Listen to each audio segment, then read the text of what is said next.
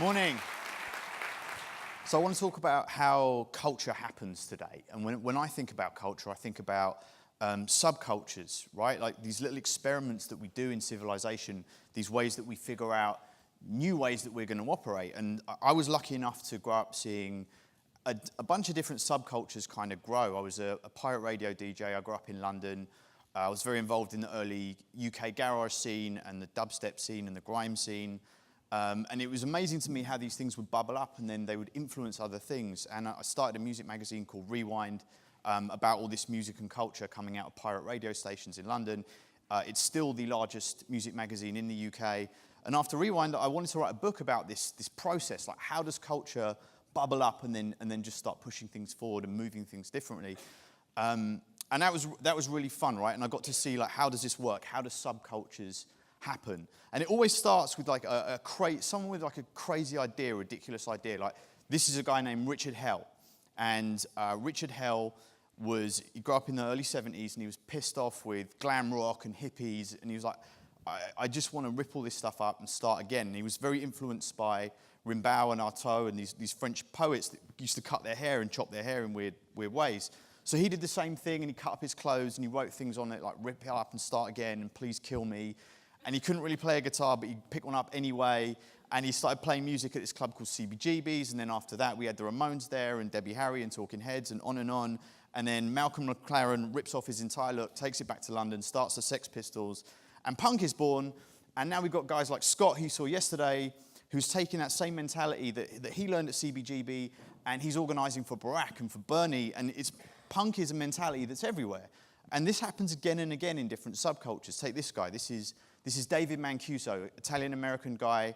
He came to New York in the 60s, and he had a very specific idea. He wanted to see social progress through music. And he wanted gay people and straight people and black people and white people and rich people and poor people. He wanted to get everyone on the same dance floor together as one, and he wanted everyone to do a shit ton of acid and dance together for 48 hours so they could see that they were all the same, right? And he did that in the 60s. He started a club called The Loft, and he started playing all this new eclectic type of music, all this different stuff. And people started calling the music disco, and all these other clubs started that were discos. And some other guys were really influenced by David, and they took his idea further. This is a guy named Larry Levan next to him, one of his proteges.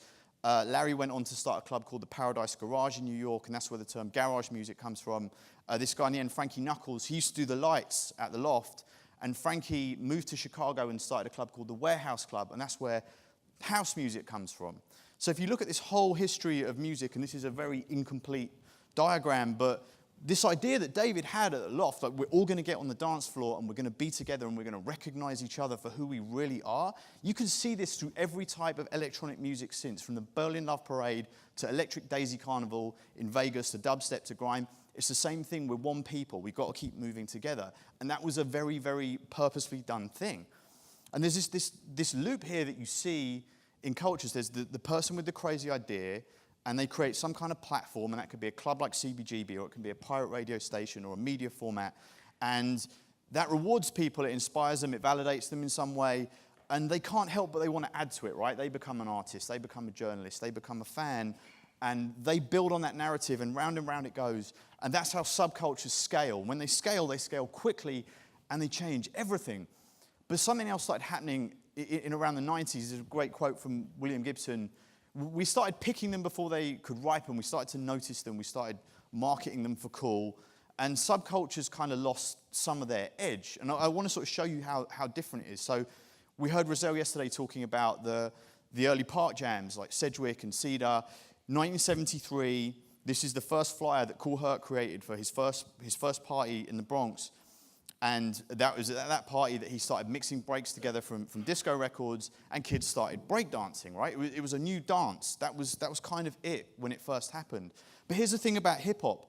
Hip-hop had 6 years to incubate in the Bronx before it even went downtown, never mind left New York City. This is the first piece of vinyl that had rappers on it, Rappers Delight, Sugar Hill Gang, 1979, 6 years. In that 6 years, hip-hop got to incubate. It became DJing, MCing, breaking, graffiti, and the most important part of hip-hop, the fifth element that people don't talk about as much, is knowledge, activism, organizing. It was a way to bring gangs together in the Bronx and create peace. And that's why I think it's still the most potent youth culture we have today, because it has these deep roots that are really grounded in something that that really touches all of us. So fast forward to last summer, right? Another new dance starts, like breakdancing, the dab. But now look